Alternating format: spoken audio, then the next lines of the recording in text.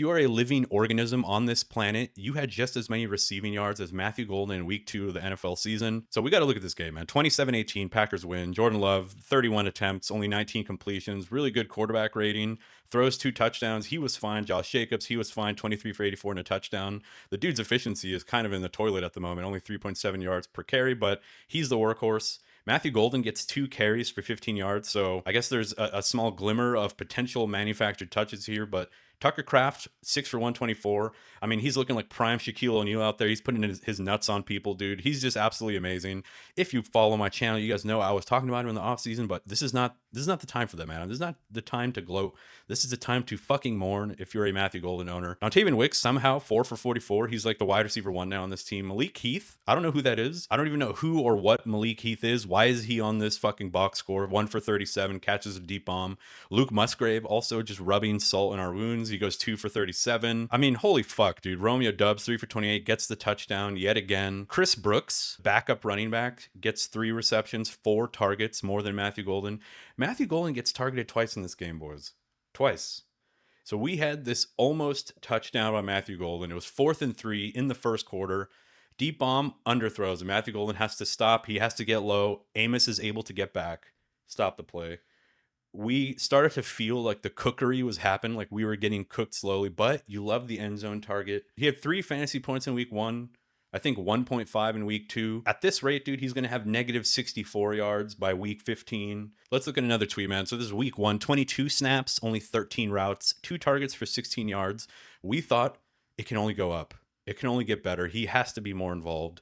Week 2, the involvement is a little bit better. I mean, 40 snaps, 22 routes, 2 targets, 2 carries, 15 rush yards, and half the fantasy points. So 1.5. He said, yo, did you guys think I could be useless in your lineups in week 1? Hold my fucking beer, bro. I'm going to go 1.5 PPR fantasy points in a game where Jaden Reed breaks his collarbone, I think, or his clavicle or something, like in the first quarter.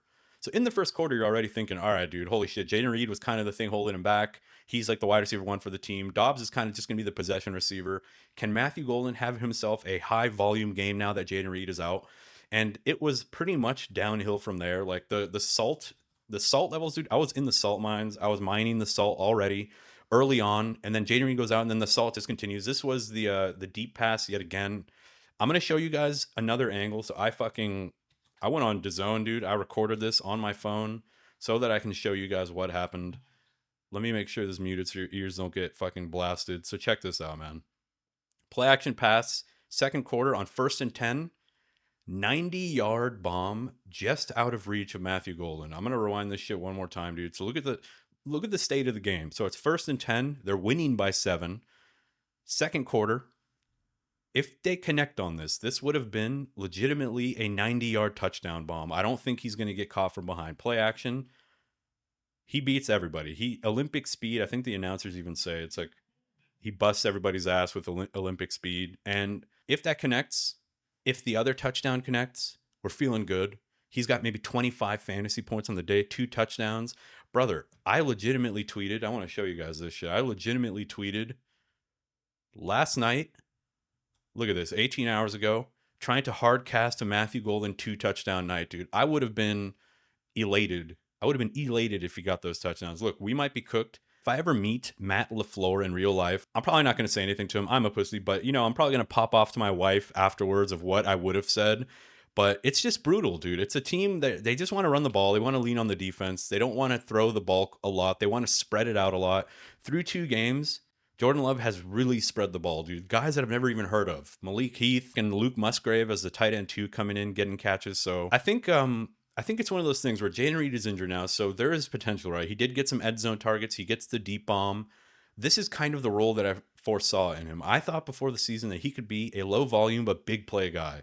The Packers want to do 2 things. They want to run the ball and they want to throw deep. They have the highest intended air yards out of almost any team in the NFL. They're like top 3 in that stat. So they run the ball, they do play action, they throw deep. I thought Matthew Golden would be the guy. We saw a glimpse of it. If that connects, that's a 15-point fantasy play right there. That's a 90-yard touchdown, right?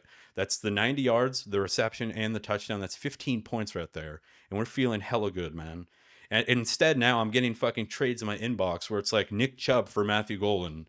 and Caleb Johnson. Like, I'm just getting, I'm fully cucked at the moment, dude. I'm like, look, man, I think stick with it maybe for another week. I want to see them in a negative game script, man. I want to see a game where a team slaps them in the face, slaps them right in the mouth in the first quarter, and they're down by 2 touchdowns.